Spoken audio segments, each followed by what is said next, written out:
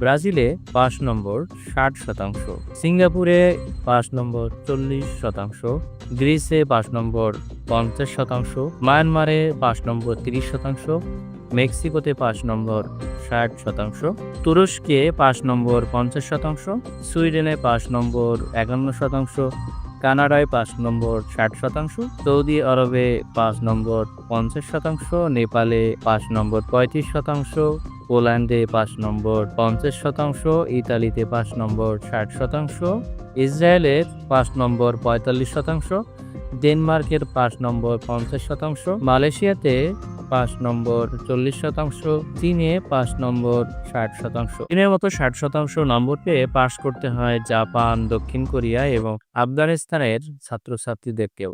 আর Iran, Iraq এবং মধ্যপ্রাচ্যের অধিকাংশ দেশেই পাস নম্বর হচ্ছে 50। এদিকে উচ্চশিক্ষার জন্য প্রসিদ্ধ যুক্তরাজ্য এবং কানাডার শিক্ষার্থীদের মূল্যায়ন করা হয় সিজিপিএ এর ভিত্তিতে।